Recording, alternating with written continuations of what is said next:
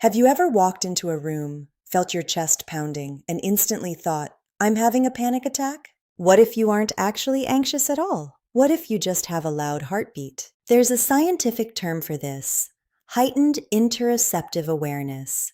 It means you are deeply tuned into your body's internal signals. When you walk up a flight of stairs or step into a crowded room, your heart naturally beats a little faster. But instead of recognizing this as normal physical energy, your brain misclassifies it. It feels that sudden rhythm, panics, and labels it as an acute social threat. Your brain is trying to protect you, but it's reacting to a false alarm. It's mistaking physical arousal for emotional danger. The next time your chest flutters, pause. Ask yourself, is this anxiety or did I just move my body? Shift the narrative. You aren't spiraling. Your body is just awake, pumping oxygen, getting ready to engage with the world. Recalibrating these internal alarms takes practice, and you don't have to do it alone. Kai.ai is a safe, reflective space to untangle your physical sensations from your emotional fears. Let's map your inner world together. Visit Kai.ai today. Visit Kai.ai and start your journey today.